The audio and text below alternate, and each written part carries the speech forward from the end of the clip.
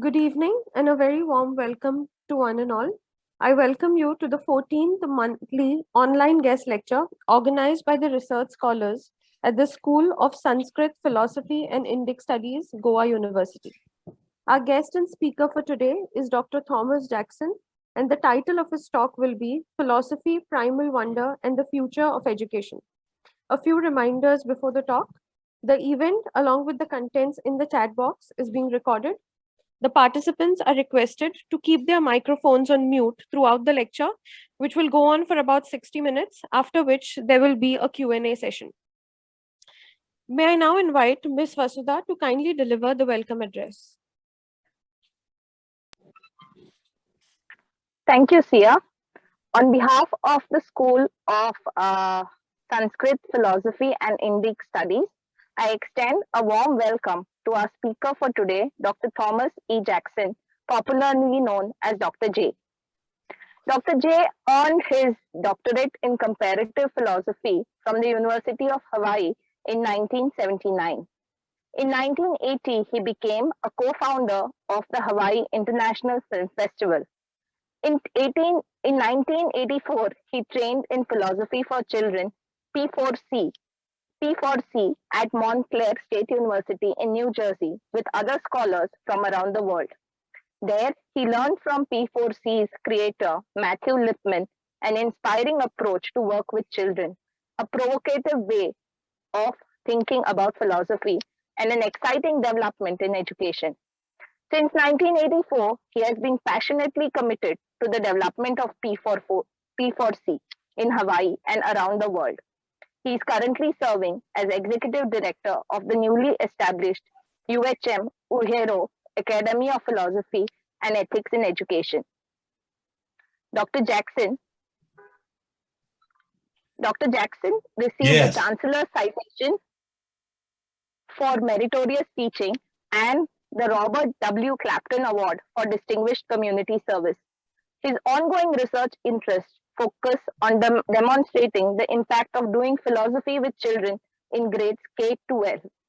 His publications include Homegrown, Educational Perspectives, Journal of College of Education, University of Hawaii at Manoa, Philosophical Rules of Engagement, Philosophy in Schools, An Introduction for Philosophers and Teachers, Philosophy for Children, Hawaiian Style, on Not Being in a Rush, Thinking, the Journal of Philosophy for Children, The Art and Craft of Gently Socratic Inquiry, Developing Minds, a Resource for Teaching Thinking, Freiheit in Intercultureller Perspective by Thomas E. Jackson, and Ramkrishna Puligandla, Sanskara, Child Philosopher.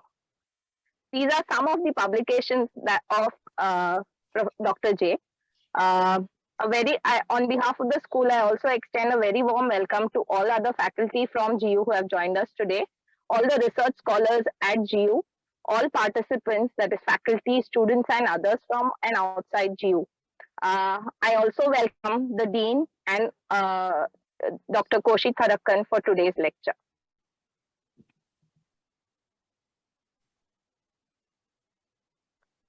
Thank you. Yeah. Thank you, Vasudha. Yeah. I now request Dr. Koshi Tharakan, Dean and Head of the School of Sanskrit, Philosophy and Indic Studies, to kindly say a few words. Hi everyone. Today we have with us a very eminent philosopher and a well-known educationist who will be sharing his thoughts with us on the topic philosophy, primal wonder and the future of education. As I was going through the brief write-up about him that I got from Vidya, I realized that he also has worked along with Professor Ramakrishna Puligandla, who years back, has corresponded with us at Goa University in connection with his UGC national professorship long back. That I think the year I joined Goa University, sometime in 96, 97. So that's something which is heartening to note that we have some common connection even before we met. That's really gratified to know. And again, that made me to think a volume which was edited by Professor Ramakrishna Puligandla with Professor Ramarao Bapu, another philosopher in Miami. They're from India, originally from India, but he's in Miami. They have edited a book called Indian Philosophy, Past and Future, in which the late Professor Bimal Krishna Matilal had a very thoughtful article on the status of Indian philosophy, where he questions this notion of philosophy as a kind of a speculative kind of metaphysical inquiry, which in India we take it unproblematically. So Matilal's whole project was to show that Indian philosophy is as analytic as perhaps the Anglo-Saxon philosophy is, and in that way he calls those darshanas which are analytic as Anvijigi, and then club all other speculative systems as Moksha Shastra. Now, why I said this, because we somehow uncritically assume that philosophy, as Dr. J rightly pointed out in the abstract, as a discipline for the trained adult who engages in critical thinking, argumentative discourse. So in that process, we miss a very crucial dimension of philosophizing, which actually gave birth to this discipline, whether in the Greek tradition or even in Indian tradition. So the talk today perhaps will take us back to that origin of philosophy in recapturing the element of wonder, the primal wonder. So I welcome once again Dr. J and all other distinguished colleagues from other universities. I can see Professor Kendra from IIT Indore. Then we have Professor Sophia Stowe, my colleagues from Goa University, Dr. Senior, Dr. Norma, Dr. Anjali, Dr. Walter, Mr. Rajavi, and many other research scholars from other parts also. So welcome once again to you all. Let's, without wasting much time, let me give the platform back to Sia so that we can start with the presentation. Back to you, Sia. Thank you. Thank you, Professor Koshi. I now invite our distinguished guest and speaker, Dr. J, to kindly deliver his lecture. Well, you all get to see the screen and you see aloha. And aloha is one of the really beautiful greetings in Hawaiian that is very, very common. I would like to know, I hope some of you have already been to Hawaii. And if not, as I've announced already, we're waiting for a patron to supply us money to bring all of you here. This in the background is Diamond Head, but aloha means more than just hello. It's a greeting that's made when you're greeting people. It's also what you say when someone is leaving and going somewhere else. It means a profound sense of compassion and care is being extended to you. It's really a delight to be here. Koshi, as I was listening to you speak, there's an expression, I wonder if you folks know it, about, it's called chicken skin. And chicken skin is an expression when something really amazing happens and you feel that your whole body is, oh my goodness, this is really quite very special. And so it seems, another expression I appreciate is the idea of kindred spirits. And that's another, perhaps, I don't know if you folks are using that one as well, but kindred spirits are those people around the world that you meet perhaps for the first time, and you realize that in the context of past and future lives, I think too, that we must have known each other before. Somewhere back in that past, we've been together because there's such a common resonance amongst us. And I felt that especially when you mentioned Ramakrishna Puligandla, because I will be saying more about him, and you'll have a surprise in just a moment when you see something that's part of my slides.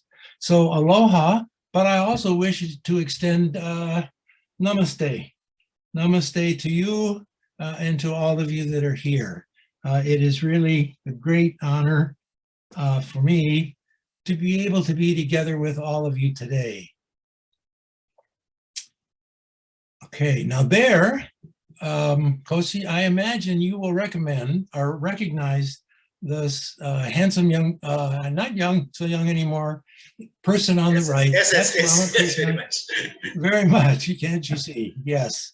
And that tall fellow on the left, that's me. That's the rest of my body that you would see from the shoulders down. And what I appreciate so much about this picture and Rama is it captures, I think, if you see his smile, that I will be talking about philosophy with children, but one of the many extraordinary things about Rama that I met for the first time in 1963 in an introduction to philosophy class, and Rama, in a very short way of saying it, changed fundamentally the direction of my life. The encounter with the Hindu and Buddhist, for instance, really, this is one of, maybe some of you, I don't know if you can even read this. This is one of the books that Rama wrote on the fundamentals of Indian philosophy. It's a superb book, and what shines in that book, that shines so much for me, is there's tremendous importance to philosophy that I think is, in a way, maybe missing in a strong way in the Western tradition, particularly the analytic tradition. And that is the idea in the Hindu and the Buddhist traditions of moksha, that the deep structure of the Indian philosophical search is for all of us as human beings to find a way of making sense of our lives and our worlds, and to somehow be able to rise above or endure, if we must, the suffering that's very much a part of our world. So immediately with Rama, there was a sense, on the one hand, as you mentioned, he's a superb scholar, an admired scholar, but he also has an enormous heart and compassion. So in all the years that I've known Rama, I felt if there's the idea of a realized human being, just so much surrounds Ramakrishna Pulaganla.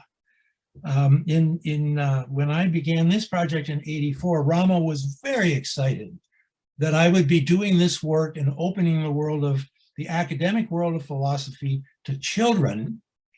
And he said to me, he called me Thomas, and he always said, call me Rama, call me Rama. None of that formal stuff, call me Rama. So Rama said, Thomas, we must go to India together. We must go to India together. They will certainly enjoy that and appreciate what you were doing. Now, Kosi, I don't know if you received the word, our dear friend Rama passed away 3 months ago. And in one sense, he passed away, and I think for all of us that know him, he will never pass away. And so I felt that it was especially a gift to me that I would be able to be together with you and, in a sense, use this occasion as a memory of a dear, extraordinary human being, Ramakrishna Pulaganla. So we've heard now, and you've heard my title. Oh yes, here I have 3 of the books that Rama has written. All of them are things that have the public in mind, but as well as the scholars. I know a colleague of mine regularly uses Fundamentals of Indian Philosophy as her textbook. So now I know I have to watch the time, so I'll keep moving along here, but I would so much appreciate this opportunity to talk of Rama and with you. Now this, I would imagine some of you have heard of John Dewey, and I just wanted to visit this for a bit because it's going to link philosophy is a main thread right away education right away. And John Dewey, who asks us to conceive education, as you see, as a process of forming fundamental dispositions. Now, it's rather inspiring, lofty words, but it's all about a process of forming fundamental dispositions. Now, you notice he says intellectual and emotional. And I think a part of the beauty of the Indian tradition is there's also very much the idea of love and compassion. And the other segment that so appealed to me, that's so lively in Rama, is the idea of lila. That the various analytic philosophers, I think, sometimes could do with a great dose of lila, because it is playful at one way, and that's not to be forgotten. So indeed, here's my title, Philosophy, Primal Wonder, and the Future of Education. Now, philosophy, I like people to consider whenever I have a chance to meet with groups, is to ask them this: how many of you consider yourself a philosopher? And as you see here, philosophy actually is a rather problematic term, to put it mildly. And so what I have is, I'm going to talk first about what I call philosophy in sense one. And philosophy in sense one, I want to separate into the idea of content and the idea of activity that's associated with that content. Now, my experience around the world in meeting folks is that there's a particular image that comes to mind when people hear the word philosophy, or I'm a philosopher. And that is that it's an academic discipline. Professionals, you need a degree in order to participate in a responsible way. And the activity is professionals. That's questioning, examining, reasoning. And so I am playfully calling this Big P philosophy. And Big P philosophy, you see, I'm equating that with P4A, which means it's primarily perceived as a discipline and an activity for adults. Now, this is Matthew Lipman, and as in the introduction, you read that in 1984, I had an extraordinary experience, and I wanted to briefly introduce Matthew Lipman first, who was the one who actually came up with this idea of philosophy and making it a central part of the pre-college schooling experience. Now, it shook foundations in a way of many people's stereotypes about what philosophy is. And here he makes a very strong claim, which is going to link with my first theme, philosophy. For Lipman, and I think for many others, including Dewey, philosophy belongs at the heart of education, the pre-college schooling experience. It should be the heart of the school curriculum. So in 1984, after 3 weeks of training with Matt Lipman and Ann Sharp, I discovered what became my life's work. I want to insert here at the end of our 3 weeks together with all of the scholars and whatnot, they brought in and for us, showed us a live demonstration of P4C in Matthew Lipman's approach. And it was like, it was an epiphany for me. When I watched what was happening with those students sitting in a circle facing each other and reading a text from Lipman and thinking together, I thought, I want to do that for the rest of my life.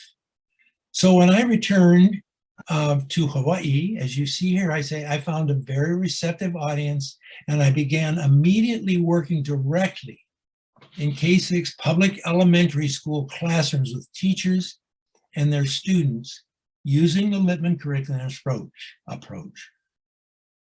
The wonderings and the questions that arose from these active, lively young students was pretty mind-blowing.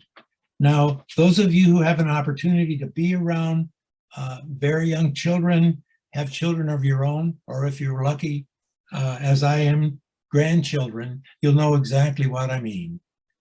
Now, the work that I was doing in the schools and the wonderings that was coming from the students, the teachers, it really had me thinking about all these years of studying big P philosophy and the content and activity. And, you know, many people in departments of philosophy who said, no, you can't do this with children because they're too young.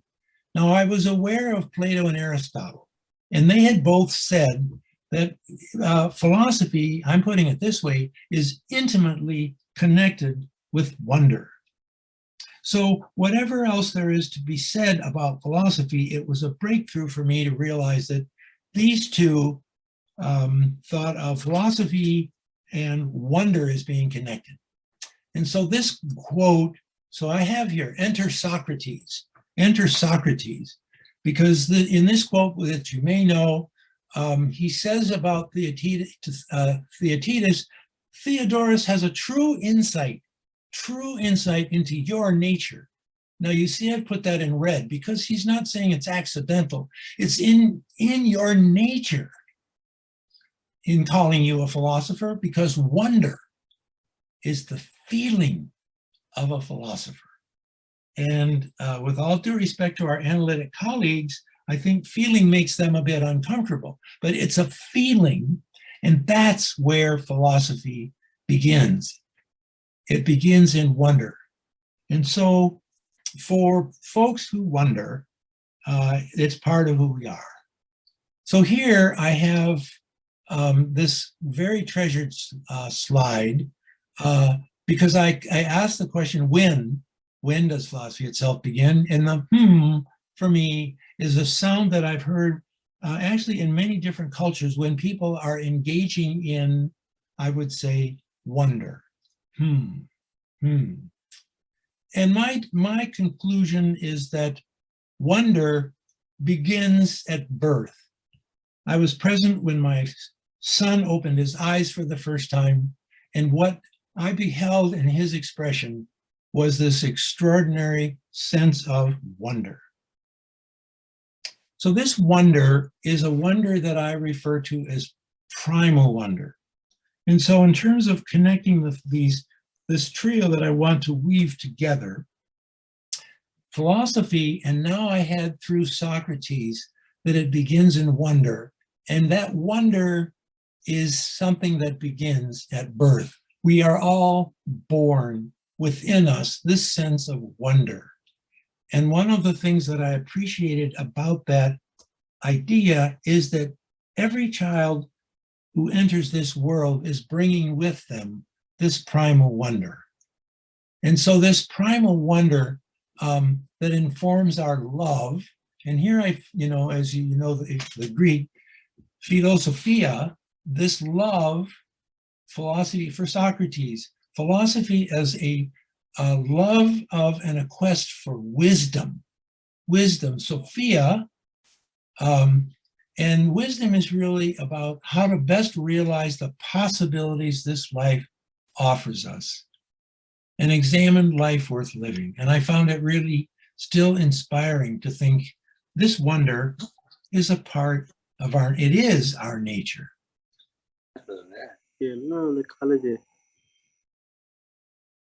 Okay. Are we okay so far?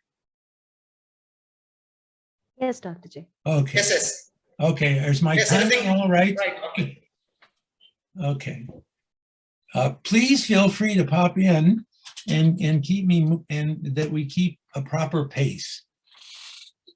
So this primal wonder is pre-cultural in the sense that there, as we all would agree, there are many possible cultural frameworks, ways of world making, constructing meaning in the world we find ourselves in. And that was in my my son and my grandson, in his eyes, that my goodness, there's this I'm beholding all of this, and not known to him yet, was that there's an indefinite numbers of ways, and it's pre-linguistic. Different languages await to name and organize the world in different ways. And so this primal wonder that we all enter the world with, it's still unnamed. One of the philosophers that impacted my own philosophical life was Merleau-Ponty, and the idea of the primacy of perception. The primacy of perception is dominant in many of the quests of phenomenology, as you know, were to somehow conduct or achieve an epoche and once again be in that pre-cultural languaging or world. So this, we all know that different languages and cultures provided different ways of becoming a person.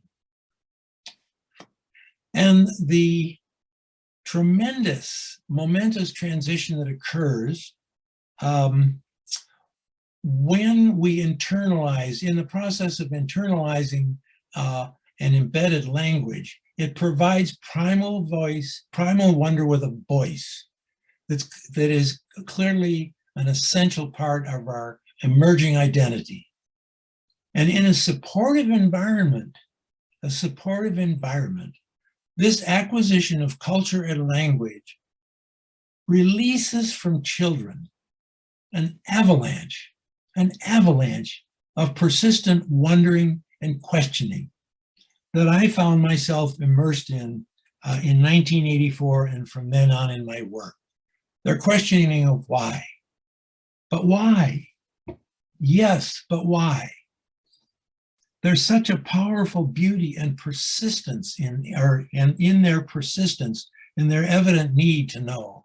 And so this primal wondering, these primal wonderings that are coming from these children is called, it has been given this title, A Beginner's Mind. In the Zen tradition, they talk very much about this beginner's mind. And so in these, what I'm calling the surprising, penetrating power of the wonderings that come from children, they don't have frozen thoughts yet with preformed judgments that distort the effort to understand what they are actually trying to say. So these persistent efforts of children to really understand signal to me the onset of philosophy too. Now I want to briefly share a story for you of a wondering that came from a kindergartner early on in my work. And we were seated in the circle, as we do, and we asked what you wonder about. And this young fellow said, the other evening, when I was looking at the stars, I was wondering if anything came before space. And we all sat and I thought, my gosh, you know, did anything come before space? And because we're not in a rush in our circle, there was a bit of thinking. And then one of the youngsters said, well, maybe dinosaurs came before space. And one of the beauties of doing this with children is when they know that it's safe for them, we find out how are they making sense? What things do they have in their awareness to make sense of, did anything come before space? And so maybe dinosaurs. And so all of us there are thinking together. And I really was a bit puzzled. I asked, you know, well, what connects, help me understand, what do dinosaurs, how are dinosaurs in space connected for you? And he said, well, dinosaurs need a lot of space. And that was another one of the gifts, and I thought an insight. And then another child said, yes, but you know, if dinosaurs need space, then they couldn't have come before space. Now that's, again, one of those things that I call a wow. the depth of the thinking that's there already. And so we're quiet again. Did anything come before space? And then one of the children said, maybe God. Maybe God came before space. And at that moment, the teacher interrupted and said, it's time to get ready for lunch, children. One of the young girls came up and said, Dr. J, you know what I wonder? I wonder who made God? Wow, okay. And so that, for me, brings out what I'm now calling philosophy, parentheses, 2. And philosophy, parentheses, 2, the content of this is something that the moment we open our eyes and we have language, we develop within us, in our internal discourse and our experience, a content. Whatever can be or is present in our awareness, perception, thoughts, feelings, beliefs, all of that is feeding our context. And in the school context, this content is often subject or discipline or course specific, such as philosophy or math or sciences and so on. And the activity is very much like the big P philosophy. It's a deep, persistent wondering, interacting with content. And I want to say, though, here the center of gravity is within each individual's engagement with the particularities of that content. With that intent, and that activity is informed by what I call the Good Thinker's Toolkit. And so here you see I have little p, and little p is why we have a lowercase p in P for C. And I wanted to give you just a, let's see, is it in here? No, it didn't make it. Okay, because the toolkit letters, we don't need to talk about that now. I can give you more later. So anyway, to continue, the sad reality that we all really are aware of is that our sense of wonder diminishes as we grow. And so I trust that you folks, that this happens in India and everywhere else in the world. If you're young, around very young children, it's one energy source. But as the years go by, the students become more passive, less willing and able to open up with new ideas. And it's partly just the structure and the culture of the classroom, I think, rather typically around the world. So what might we do to prevent this? And in large measure, this preventing of the loss of wonder is the goal of the work that we're doing together in what we are calling P4C Hawaii. And so here are 4 pillars that we use to represent what the 4 elements are in our work. And you'll notice at the very bottom, it says, we're not in a rush. We're not in a rush. We're not in a rush. And in introducing this, and to many people, but in particularly teachers, say, how could you not be in a rush? That's not possible in our work. There are so many courses to cover, so much material to cover at whatever level you're teaching. There's a pressure to keep moving, to cover the content.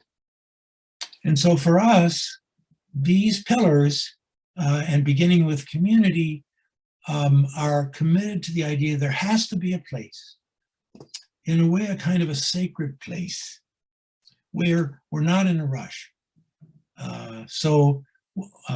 Yes. And what we're doing is a work in progress. Where it was when I started in the beginning has changed considerably to where we are now.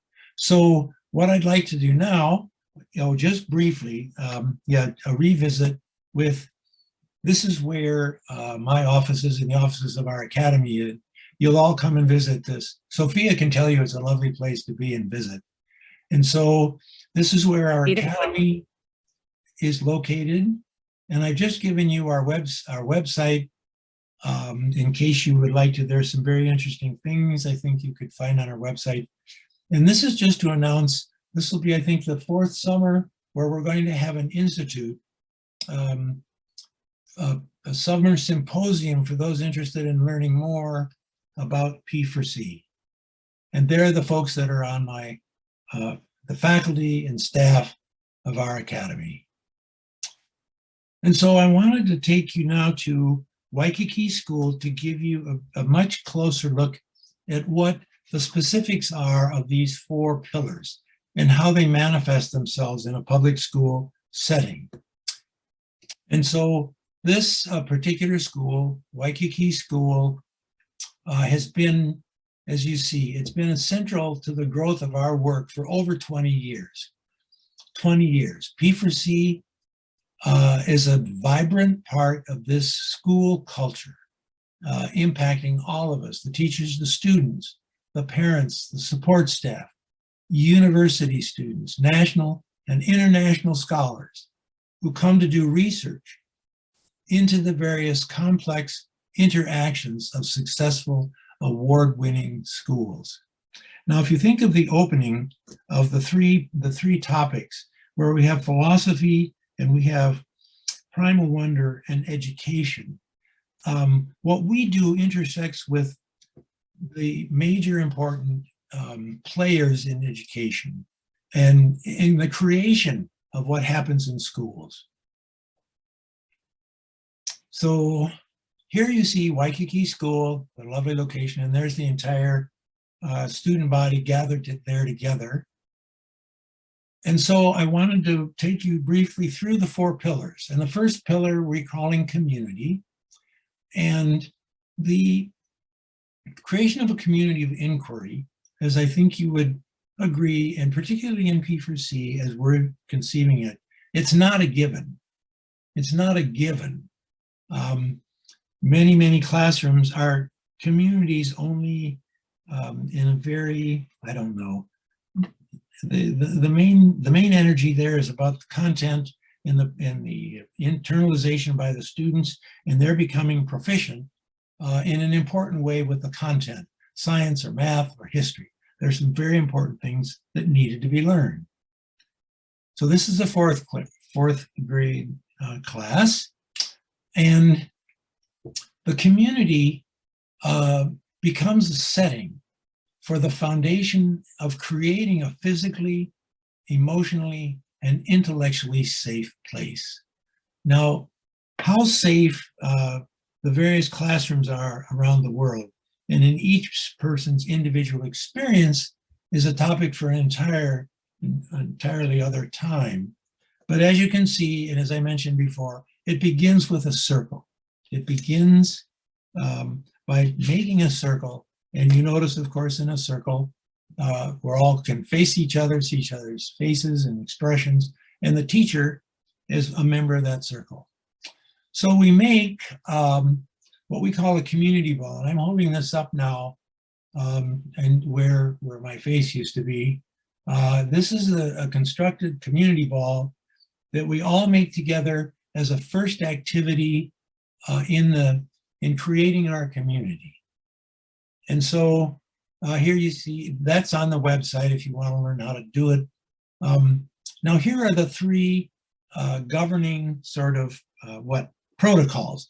The first is the person with the ball is the designated speaker. The second is the right to pass. And this couples with the right to invite. If no one raises their hand to speak, there is the right to invite you or anyone else has the right to invite someone else in this circle who also has the right to pass. So I have significance here, and there are numbers of things that are really, I think, game-changing, if that's the right word, in the traditional classroom.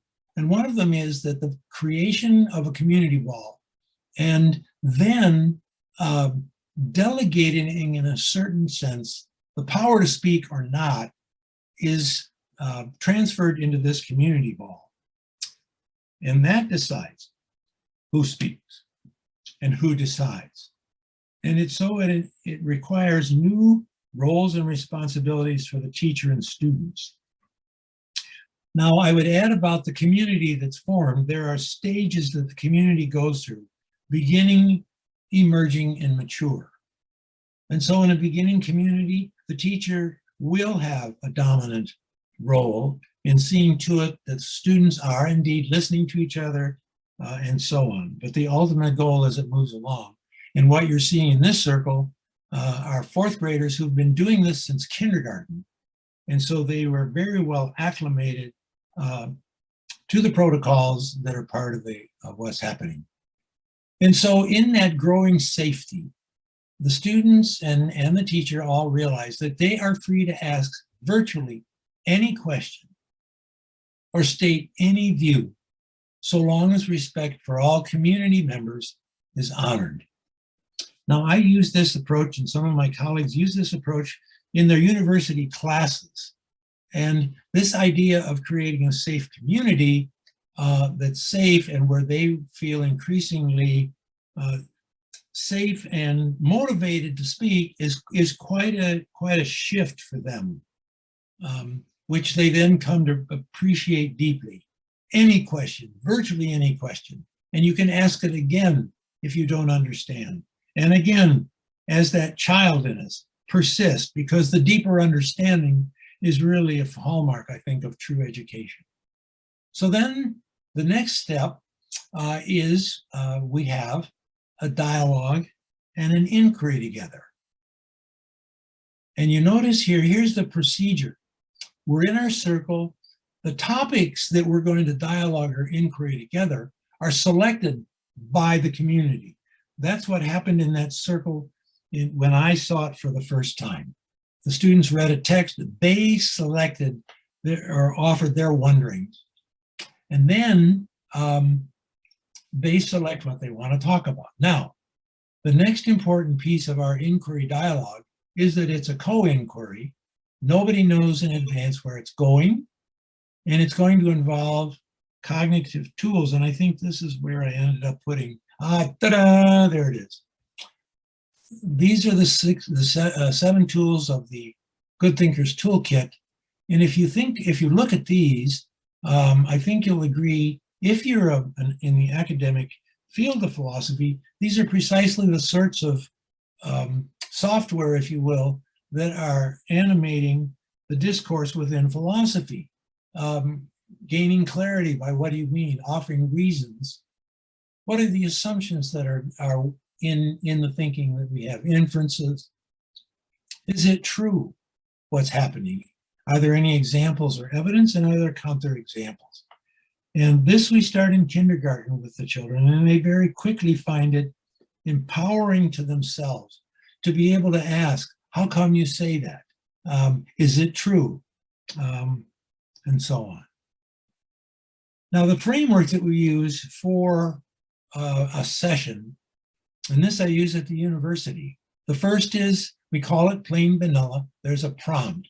So whatever grade level you're in, or whatever the content area, what's the prompt? Is it a math lesson? Is it a science lesson? And the first then part of this is to ask the students, what do you wonder about? And I've seen this very effectively used in science classes, history classes, multicultural education classes at the high school level, art classes. I know some of the folks from theater take this course and realize that this is a very powerful tool to be able to think together with a prompt that grows out of the work in the theater. So what do you wonder about? And you can be more specific if that's appropriate. The next thing is, in this case, you see the students have written their questions or their wonderings on a whiteboard. And the major point here is that we all get to see each other's wonderings or questions. And each student's invited to read their question or their wonderings. And it's really extraordinary what their questions are, like that kindergartner that I shared with you before. So they look at all, and then they vote. Which question are they going to begin with? And you can see the example of the top 4, and then they had to vote again. Why do we have friends, even though we fight over things? What are the reasons for movies? Why do some people try to be perfect and try to catch a lot of attention? And so, again, the bandwidth of what these young folks are wondering about and care deeply about is quite a gift, I think of it, for the teacher. So we have at the top the questions, and then at the bottom, we ask each of the participants, what pre-write, what are your thoughts initially about this question or this wondering that we have chosen?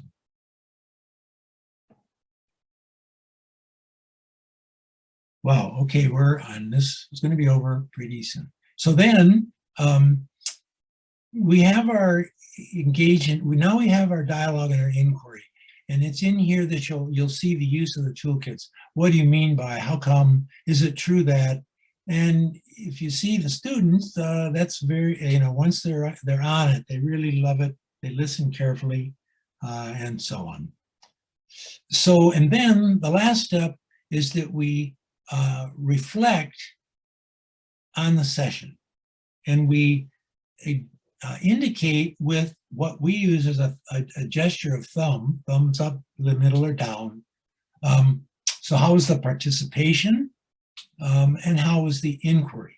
And it's very revealing as these students will talk about particularities of what makes the place safer or not, and what might improve the work that we're doing. Okay, so here, we like to find out from the students. Do you like P4C? Do you really like P4C? Yes, we really do. And here you get a taste of the exuberance of these young people is, in a way, a kind of exuberance about life and work and so on, that I still intimately connect with Ramakrishna Pulagandla, because he did have this kind of passion for the work he was doing and being in the presence of others who love it as well.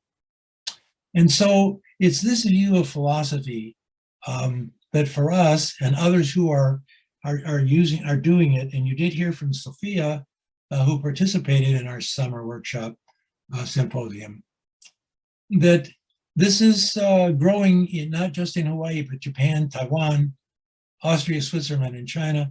And I really hope at some point some of you folks will come to Hawaii, or I get to come to be with you folks.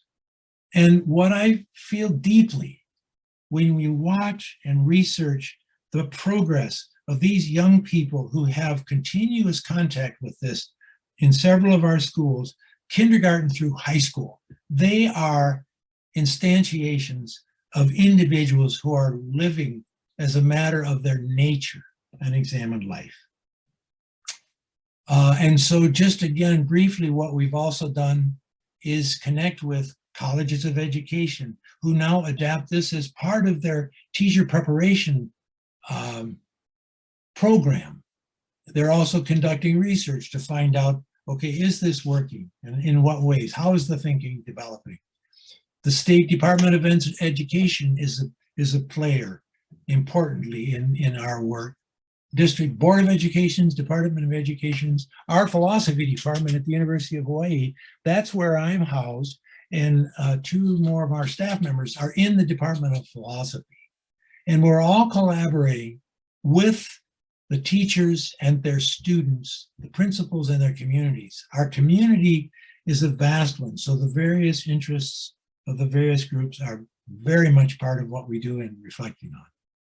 And so I just figured that, we figured that we are in the process of forming fundamental dispositions, and philosophy is being in its practice a general theory of education. We are moving philosophy into the heart of education. And now what I'd like to do is share a live video of a high school in action, high school students. we saw the high school classroom, and now we're going to, I have an unexpected special guest that I brought along.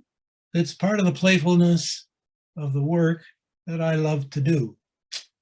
And that special guest is, yeah, this fellow here. And there it is. This is one of the joys of mine. This was the top. So first I should share with you that one of my alter egos is this creature by the name of Garuda. And so I taught my Garuda, and it's really amazing.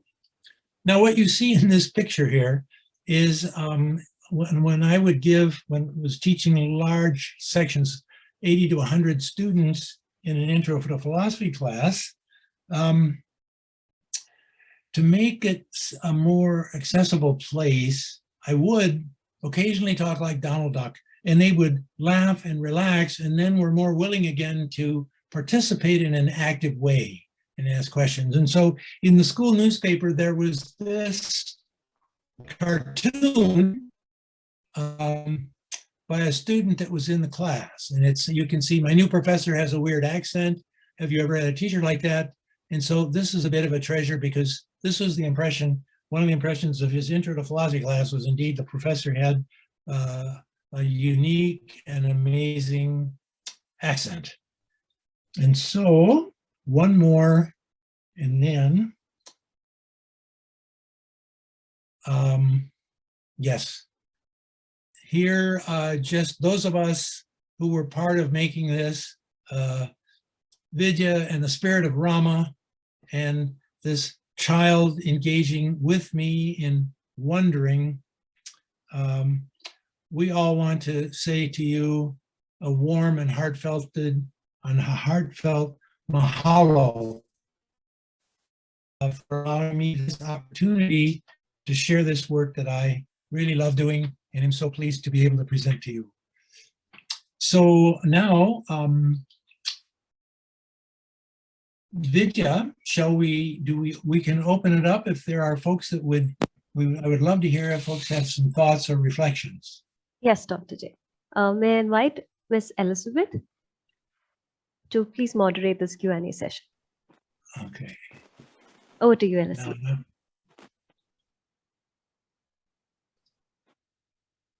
There we go. There we go. I request the participants to please turn off your microphones during this session unless you need to ask a question at your turn. To ask a question, you can type the question in the chat box, or you can click the raise hand button in order to speak and ask directly. Any questions? 1 second, I will just go to the chat box.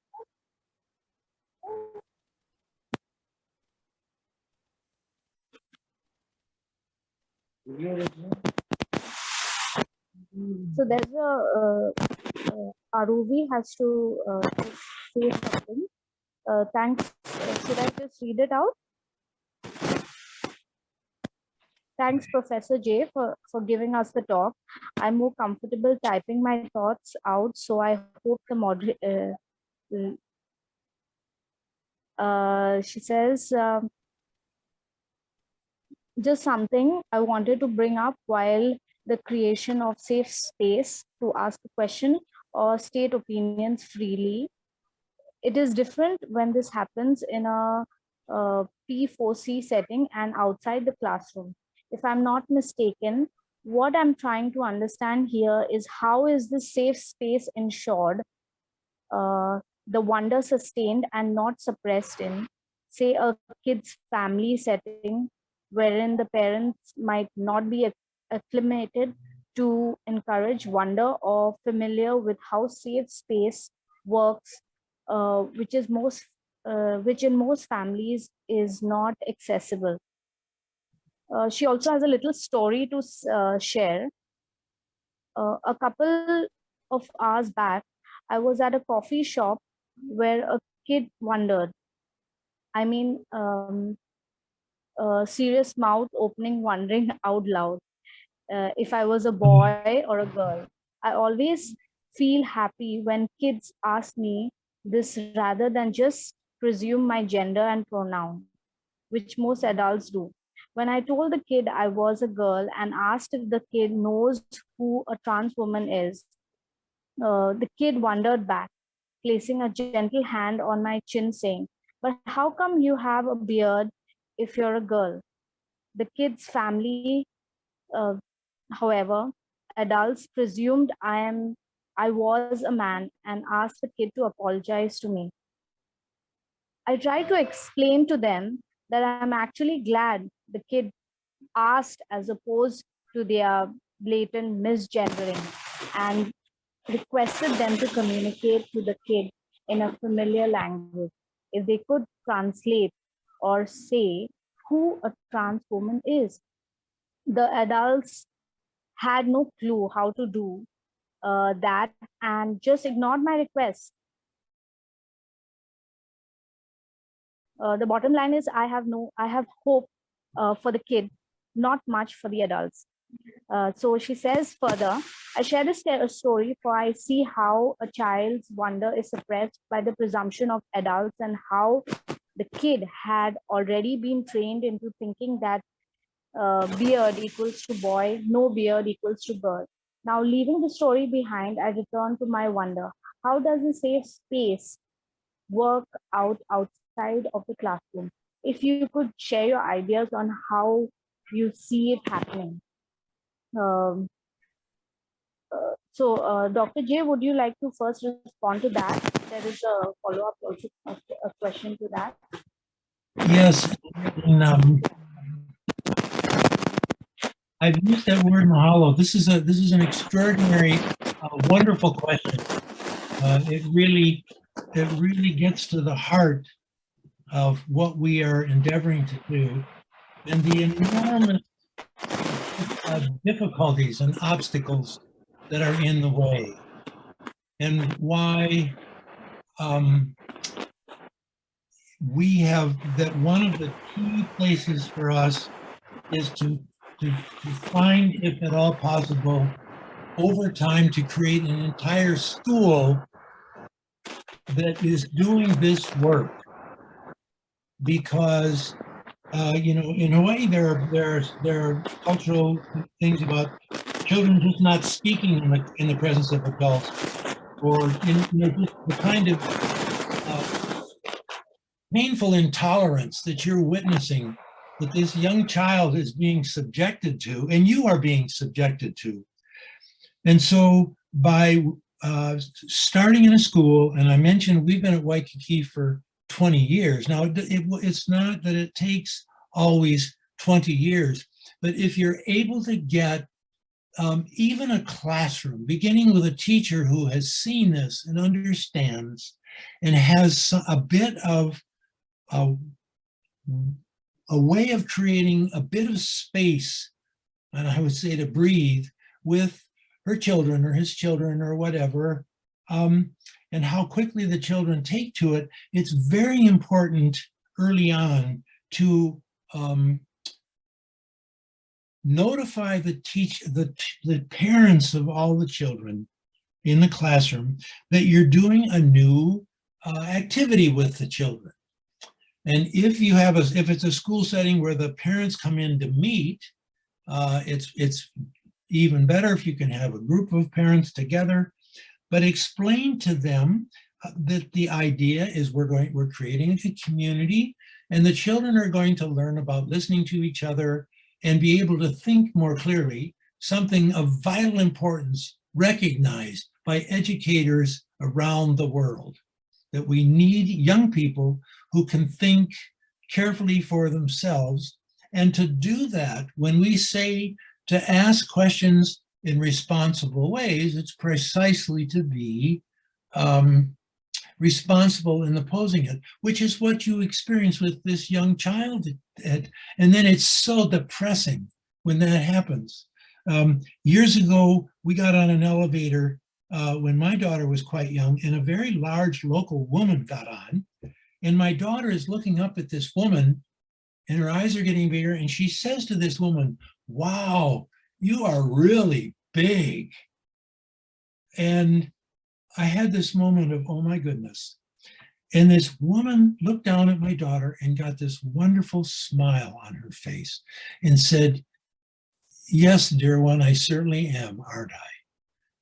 And it was one of those miracle moments.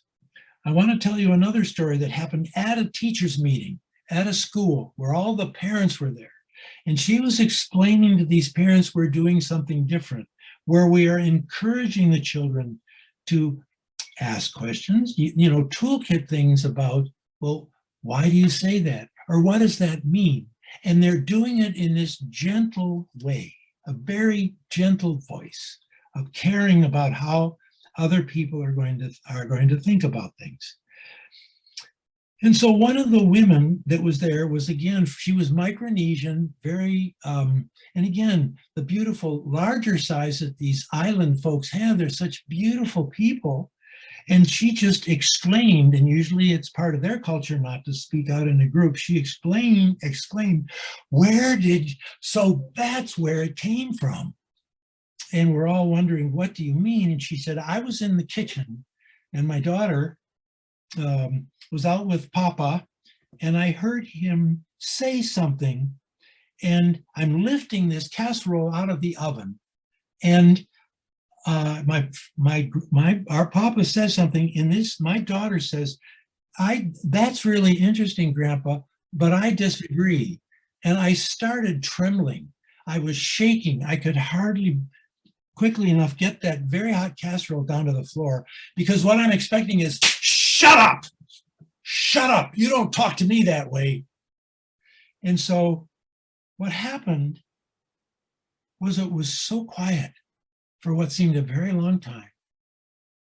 And Papa said back to her, and it still brings tears to my eyes to recall this. He said, that's really interesting, sweetie. I've never thought of it that way before.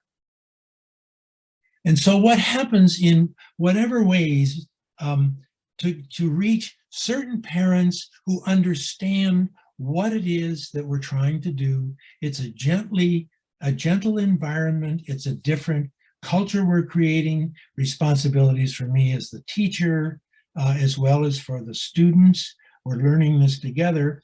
And you, as a parent, can help in all this. And one of the ways in encouraging your child to think more deeply together with you about these wonderings that they have.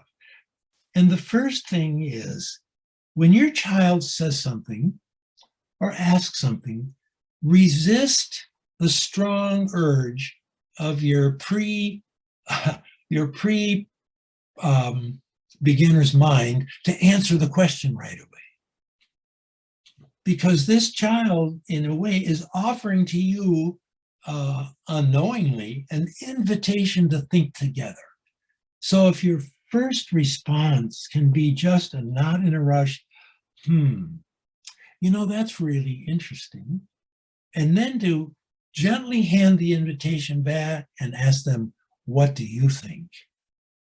And so back to this painful experience that you experienced and this child experienced, and your valiant efforts to try to somehow put a context around that is something that I feel in my wanting to hold on to a mature optimism and hope that we're not in a rush, because we understand that these people that with these awful, really misguided, painful ideas are themselves suffering. And they are really the end product of a set of conditionings that have led them to this point.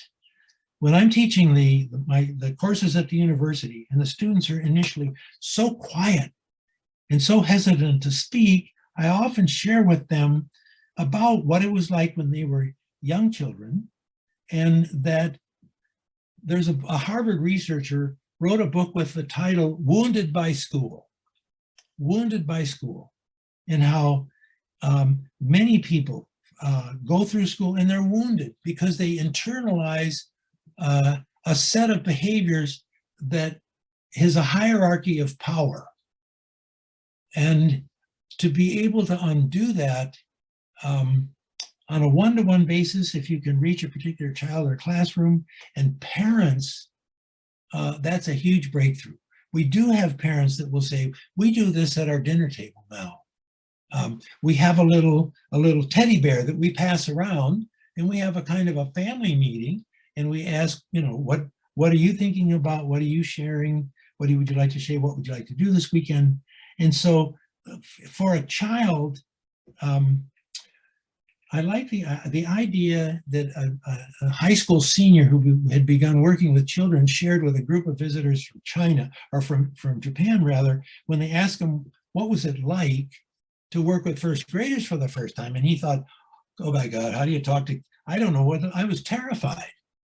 What do they want to talk about? SpongeBob or whatever, coming with all the absence of beginner's mind, stereotypes of what children, they're cute, or what they, isn't that cute what they just said, and not for a moment understanding, as this family that you encountered, not a clue as to what's actually going on with this young person who actually sees the essence of you as a person. And he doesn't have all the garbage yet that these adults have internalized. And so, yeah, if we can involve the parents, and if that circle can expand, those are, I think, anywhere that you can plant the seed and encourage it to grow, that'll happen. That'll happen. But it's when you have that encounter and it smacks you right in the face, it's just, there's so much work to do. And so, in a way, feeling safe enough to be vulnerable with one's kids, can one be the sweetest thing of growing up with kids? I haven't thought about it. Can be, and you're so right, can be one of the sweetest things of growing up with kids. And I think your child, at least, is going to develop an inner, when I talk about the center of gravity that I want to associate with what I'm calling lowercase p philosophy, what those young people are developing, and with your help, is an inner center of gravity, of confidence within themselves, to not be in a rush to whatever it would be, to develop in Waikiki mindfulness, an ability to not react, but to take a deep breath or whatever and respond. And so if you're doing this with your children, what a gift you're giving to them and to the world. So I hope that helps. And you're a wonderful person, and the pain of the struggle is evident every day. But I feel like being able to get together, like with you folks today, and to hold it in your heart that you're not alone. You're not alone. There are other people in the world who deeply feel this and believe this in their hearts. And if you can find ways of connecting with those people, it's a huge step forward. So those are my thoughts, and of this wonderful, wondrous thing you presented to us. And I wonder if there's anyone else that's has some thoughts.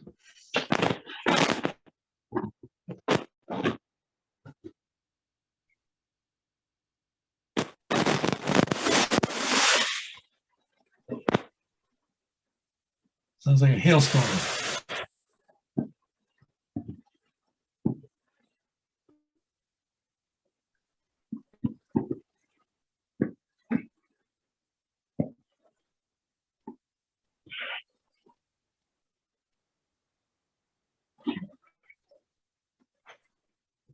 I have something to say, I guess,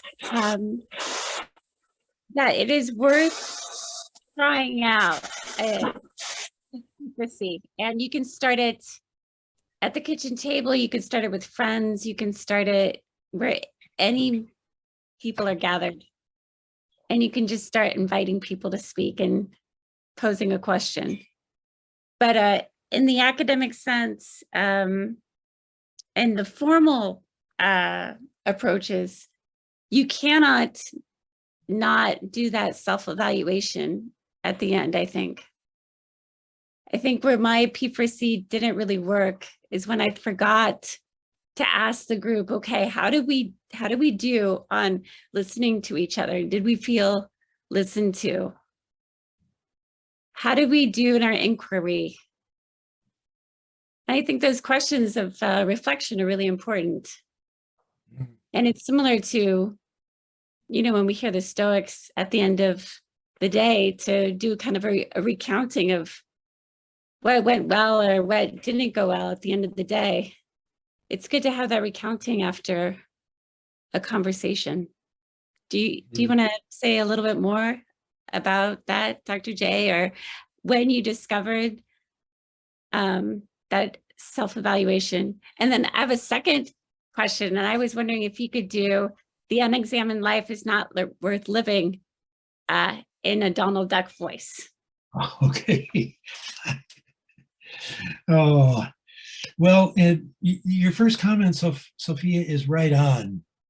First of all, in really, I mean, just getting together with some folks and very gently, I sometimes talk about a gentle Socrates, very gently, you know, do you have something that you'd like to think about or share or whatever? And not being in a rush. And then don't worry about all of the things that I was saying about how it happens in a school environment.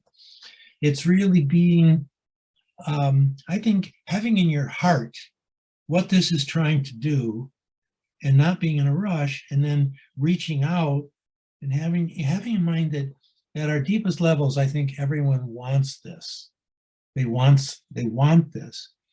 And then to do that, what you suggest then is to have that reflection at the end. And again, context determines, but what questions would you like to present to people in a gentle way that they can all think about it. And as you know, Sophia, you know, if you're only meeting a group once, it's really hard. But if you can begin to establish a kind of continuity from one time to the next, that folks fairly quickly are able to acclimate. There's a couple in Osaka, Japan, that still do, well, they didn't during the pandemic. They would have, and they would call them P4C sessions at the train stations.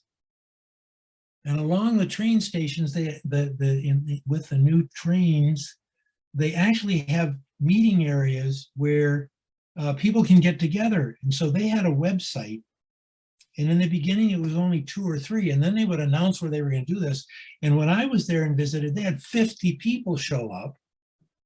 And they have enough people that consistently come that they get the protocols and taking turns and calling on each other. So I think the other part of your courage and everyone's courage in trying this on however small a scale it is. You know, when I came back from Montclair, there was nobody doing it here. Now, I was very fortunate that there were teachers at the time in schools, many of them looking for some kind of a program, because the rage in the country at the time was to teach critical thinking. So here's an environment that was receptive, but our thing in the schools is always, it's by invitation. One school, the principal said, we're doing this, we're all gonna do this. And as I got to know teachers better, there was really a latent hostility towards what we were wanting to do from that faculty, and for good reason. they have to be able to do it or to choose. But, and again, Sophia, what you're doing is enormously important, as you know, because there are indeed so many populations where do this work in the prisons, the men and women's prisons here, and how receptive they are almost from the very beginning, making a community ball, and they're intuitively getting right away, this is not a classroom. This is a place where we get to actually be heard, and we get to hear each other. And we have a set of guidelines here that we now respect because we understand what the fruits are of obeying or following these guidelines. So, you know, as I look at all of the different squares with just your names and then the mute buttons on, I'm thinking this is very much, and for others of you, if you did during the pandemic, and you were online, if you had a similar phenomenon with your class where almost no one was willing to speak. And I think that's perfectly all right. I sometimes think that the screen, if the schools you went to happen to have a school yearbook, that one of the things the online experience with a class is like having a yearbook that talks or doesn't. All the little pictures talk or don't. So, well, if there aren't any more thoughts or questions for me. Dr. Therakan has a question. Oh, okay, great. Please. Can I? Yes. Can I? Yeah. Yes. Dr. Jay, thanks for a very wonderful talk presentation. I was just wondering when you mentioned about the 4 pillars, community, inquiry, reflection, philosophy, reflection, if I remember that order correctly. So, yes. I was just wondering perhaps what's happening with the P4A, as you put it, is that we subsume that reflection again under that 3rd pillar, philosophy. Community, inquiry, philosophy, it remains. Yes. The openness of P4C, I think, the space for the 4th pillar, that the creation of content is done away with, rather than the process of thinking is kept alive. Perhaps that's the most important difference I feel between the 2 kinds of philosophies, P4A and P4C. I mean, if I understood you correctly, the way it happens, yeah. Right. Thank you. Yes. The lowercase c, for me, is a lowercase children, because I would like with lowercase p, that everyone would recognize or come to recognize that there is a legitimate, important part of themselves that wonders. And that in a proper environment, that wondering is something that they do naturally. They ask the questions and so on and so on. And if they have the experience of doing it with others, there are a lot of rich resources. And for someone who doesn't have the academic background, I never want to give the impression that big P and this lowercase p are separate. They're not, because as you well know, that in the larger tradition, Sophia, you brought up a very important big P philosopher. And so that folks, as they get more confidence within themselves, realize and recognize there are incredible resources out there to help. My courses with Rama opened up whole new worlds for me. I was raised in a Christian family, and that framework was not working for me in the horrors of the Vietnam War and the civil rights movements. And so to realize that there are fundamentally different ways of putting the world together was, in a way, as I now think about it, reawakening that deeper sense of primal wonder. I have within me a power to take control of the development of my own identity. And so the little lowercase c child to me is to indicate that Rama, in a way, is still very much a child at heart. And so as this high school senior said to this group when they asked him, and he heard for the first time, really heard the wonder that came from these first graders, he said, you know what I realized? Age is just a number. Age is just a number. And so even though there is a diminishing in many ways for many people of that initial primal wonder, it's always there. And Rama for me was one example. And meeting you, Koshi, and all the folks I meet that are engaged in this work or the spirit of this kind of work are all really, they have that child still in mind.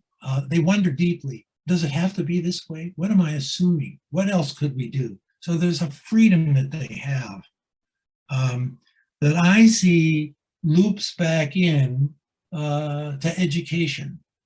And that it's a wonderful thing that you said about how this fourth pillar, how these things really are intimately connected with each other. And too often what schooling puts into our minds is what David Bohm, the physicist, calls fragmentation. And we have impermeable membranes that separate one thing from another, both within ourselves and in the subjects that we study. So thank you for that. And again, I thank you all very much for this opportunity and for all of you that are here. And I hope we can stay in contact with each other. And at some point we'll meet each other in person. Thank you, Dr. J. Thank you. Thank you. Over to you, Sia. Yeah, applause from everyone. Applause from everyone. So we say, yeah, so we'll say aloha. And now, Thank you, Vidya. May I now request Ms. Dipanki to kindly propose the vote of thanks? yes. Thank you, Sia. Am I audible? Yes, you are. You are. Good evening, everyone. Yeah. Good evening, everyone. It has been such an honor to be a part of this lecture. On the behalf of Sanskrit, philosophy, and Indic Studies, I would like to extend my heartfelt gratitude to our guest, Dr. Thomas Isaacson. It has given an insightful thought. I thank Professor Kosi, Dean, School of Sanskrit, Philosophy, and Indic Studies. My heartfelt thanks to the faculty members from and outside of Goa University for giving us your valuable time. I also special gratitude to the research scholars. It's because of your participation we can successfully organize such talk. And a special thanks to those who helped in designing the poster, event, and promotion and coordination. Thank you. Once again, thanks to you, Dr. J, and all the participants. Thank you.